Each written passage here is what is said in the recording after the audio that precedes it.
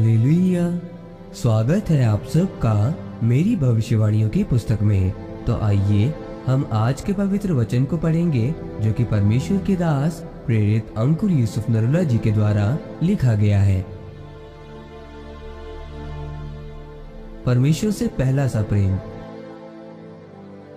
जैसा कि प्रकाशित वाक्य की पुस्तक अध्याय 2 उसकी 1 आयत में लिखा है, इफिसुस की कलीसिया के दूत को ये लिख जो 7 तारे अपने दाहिने हाथ में लिए हुए है और सोने की 7 दीवटों के बीच में फिरता है। वो ये कहता है, मेरे प्रियो, प्रकाशित वाक्य बाइबल की एक ऐसी पुस्तक है जो कोई इसे पढ़ेगा या सुनेगा वो आशीषित होगा। जब आप अब्राहम के बारे में पढ़ते हैं तो अब्राहम इस धरती का सबसे आशीषित व्यक्ति था। राजा भी उससे डरते थे और सरकार भी उससे भय खाती थी। वो राजा जो बड़े बड़े राजाओं को मारते लूटते थे, उन्हें बड़े राजाओं को अब्राहम और उसके लोगों ने मार दिया था। अब्राहम धरती पर और स्वर्ग में भी आशीषित था। परमेश्वर ने उसे वायदा किया था कि मैं तुझे एक संतान दूंगा और वंश दूंगा, और जब वो 99 उम्र का हो गया था तब भी उसके पास बेटा नहीं था। लेकिन बाइबल कहती है कि वो ऐसे स्वर्गीय यरूशलेम की बाट जोता था जिसका बनाने वाला और रचने वाला परमेश्वर है, यानी कि उसका ध्यान स्वर्गीय था। अब्राहम का उस चीज से ध्यान हट गया था कि अगर मुझे बच्चा ना भी मिले तब भी मैं अपना ध्यान उद्धार के ऊपर लगाऊंगा।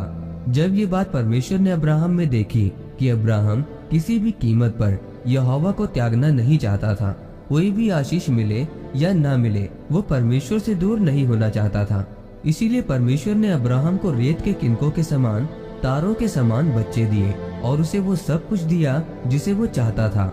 मेरे प्रियो, जो अपना सब कुछ त्याग कर परमेश्वर के पीछे हो गए हैं तो धरती पर एक भी वस्तु या आशीष ऐसी नहीं होगी जो परमेश्वर आपको नहीं देगा। लेकिन बात यह है कि आपका ध्यान आशीष की तरफ नहीं होना चाहिए, बल्कि आपका ध्यान स्वर्गीय यरूशलेम की ओर होना चाहिए, ताकि वो सारे कामकाज जो परमेश्वर आपके जीवन में देखना चाहता है वो पूरे हों। परमेश्वर ने एक नियम बनाया है, जब एक व्यक्ति धरती के ऊपर आत्मिक हो जाएगा तो जो आशीषें, जो वस्तु राजाओं के पास नहीं है वो आपके पास होगी। मेरे प्रियो, ऐसे लोग हैं जिन्हें प्रेरिताई से कोई मतलब नहीं, उन्हें मेहनत करने से कोई मतलब नहीं। वो सोचते हैं कि दूसरे पास्टर की कलीसिया प्रेरित नाम लगाने से ज्यादा हो गई होगी तो वो भी अपने नाम के आगे प्रेरित लगा लेते हैं, लेकिन उनके अंदर प्रेरित के जैसा कुछ नहीं है।